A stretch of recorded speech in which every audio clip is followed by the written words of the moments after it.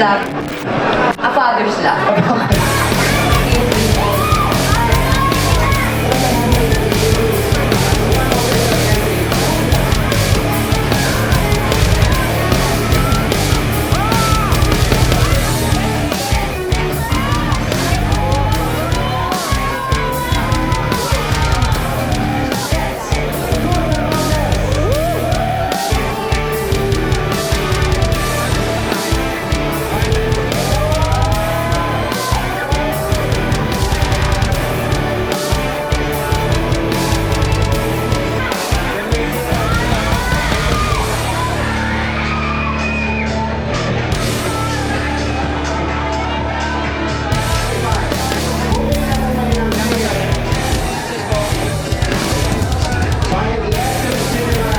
On behalf of Lulu, maraming salamat po mula sa aming puso sa inyong pagpunta. I am so proud of Lulu and I cannot wait for all of you to see kung ano yung pinaghirapan niya dito. And of course, kay Kuya Dennis also, excited ako makita nila ang tambalan nilang dalawa. Kaya, again, on behalf of Lulu, maraming salamat po sa inyong lahat.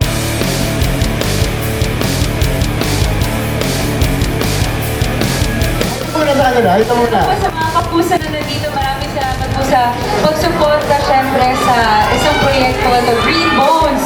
Syempre dito si Ruru Madrid at syempre ang Jonathan Bailey ng Pinas, ano?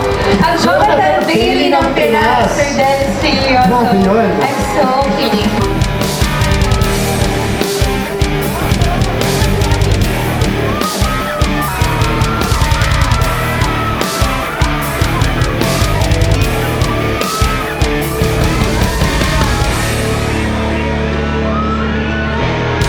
Talk about the song, ano yung inspiration nila dito? We're very happy muna na napasama yung Kantang Niebe para sa movie na to. We're very happy na finally magkakaroon ng highlight si Niebe and makikilala siya ng mas marami pa.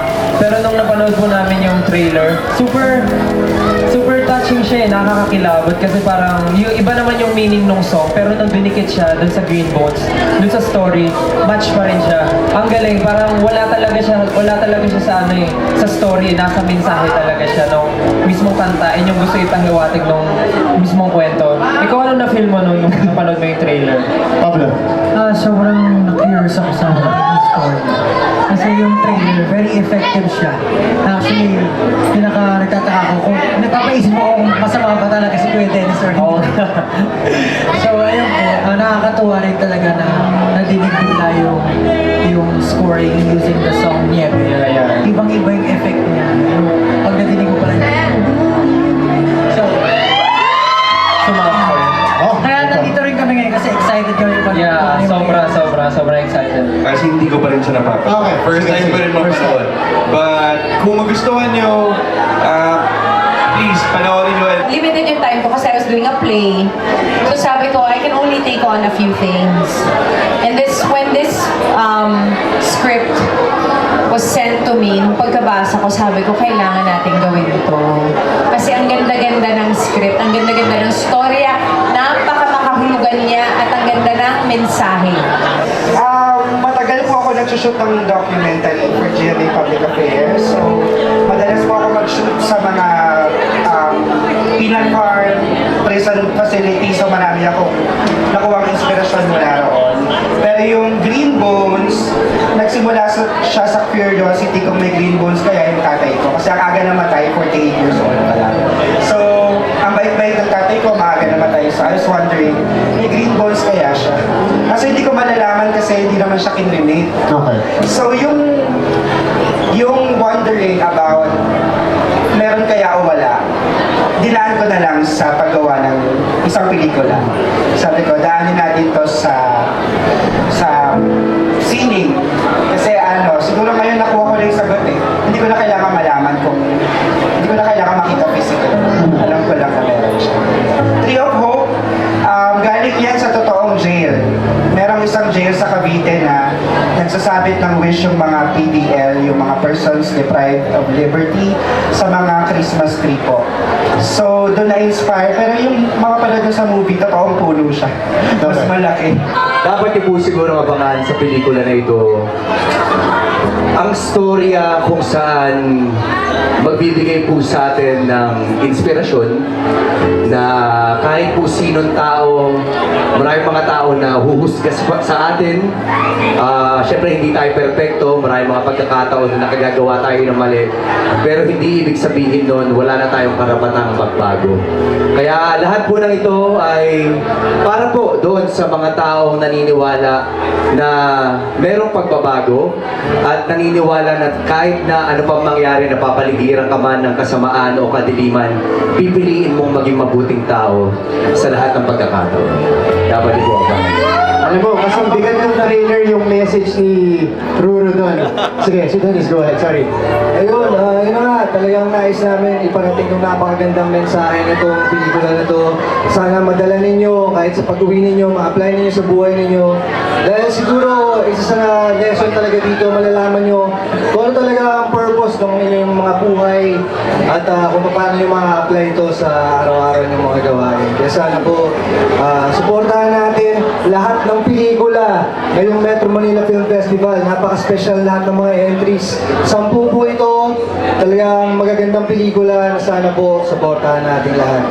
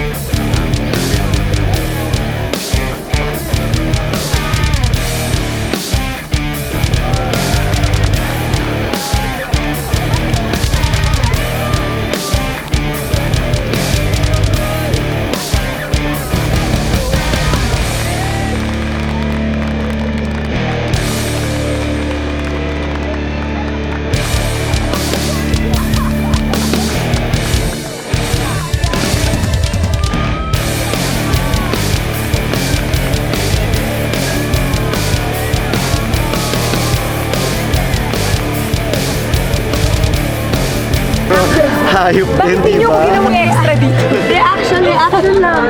Jenny na mamagamata. Ihatid ko na siya sa car, hindi na niya kaya. Jenny, okay ba yan? Understatement ang maganda eh. Talagang binigay ng lahat eh. Binigay ng lahat ng cast. Ang galing na Direct Zick.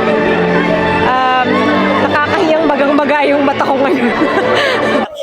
Pero at least meron pa akong pilikmata, di ba, Ate Eva? Ano nangyari? Kumakain ka na ng popcorn kanina. Saya-saya mo. Parang kalahati nung pelikula. Hanggang matapos umiiyak ako.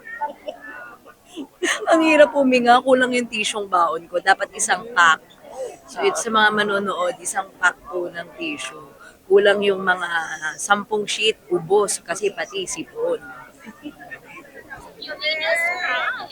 Sign ko na manood kayo. Dapat pa kayo ng tissue. Nagkamamali kayo, pamigay ng parang. Sir Ian, can you describe the movie in one word? Your reaction? Wow, it's overwhelming kasi nagbunga po lahat ng pinaghirapan namin. You know, hindi po naging madali yung journey or yung process ng paggawa ng pelikula. Maraming mga sacrifices. But once na mapanood yung pelikula, hindi mo makikita na it's all worth it. Hindi po naging madali yung pinagdaanan ko, but you know, sobrang ganda ng pelikula at maging parte lamang po ng pelikula na ito, isang malaking karangalan. And for me, after I watched this film, sabi ko, it's gonna be a timeless film. It's gonna be a classic na kahit na tumanda ako at mawala na ako sa mundo nito, nakatatak na yung Green Bone. So, I'm just very grateful to be part of this project and grateful sa lahat po ng bubo ng pelikula na ito. Medyo hindi nga pangkaraniwan yung ganun dahil first time kaya naiyak sa sarili ko kung pinapanood ko siya. Then, nagulat din ako sa katabi ko, si Jen, na palaging napala ng pelikula marami ng issue na nagagamit. So, well, feeling ko naman nagtagumpay kami sa intention na gusto namin parating sa mga manonood. Para ipasa itong napakagandang mensahe na gawa nitong pelikula. Kaya, saya ako lalabas sa sinihan. Alam ko na kahit paano maraming natuwa, maraming naapektuhan ng mga damdamin Na gano'n naman talaga yung intention namin na maramdaman ng mga makakapanood.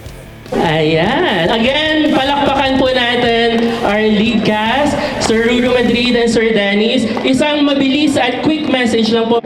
Magandang gabi po sa inyong lahat. Alam ko hindi na biro talaga lumabas sa mga panahon ngayon, pero salamat po, sinamahan niyo kami sa napaka-special na gabi na to. Thank you po, na-appreciate po namin talaga yun. Maraming salamat. Enjoy po kayo sa pelikula. Wow. Magandang gabi po sa inyong lahat. Una po, maraming salamat sa bawat isa po nandirito. Nagbigay po kayo ng inyong mga oras. At hindi na po kami makapaghintay na inyong mapanood ang aming pinaghirapan. Isang karangalan sa akin na mapasama po sa pelikula na ito.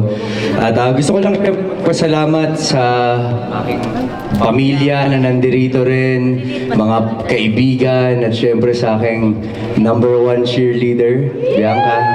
Thank you. Love you. At sa inyo po lahat, maraming salamat. Sana po magustuhan niyo po ang pelikulang ito. Thank you.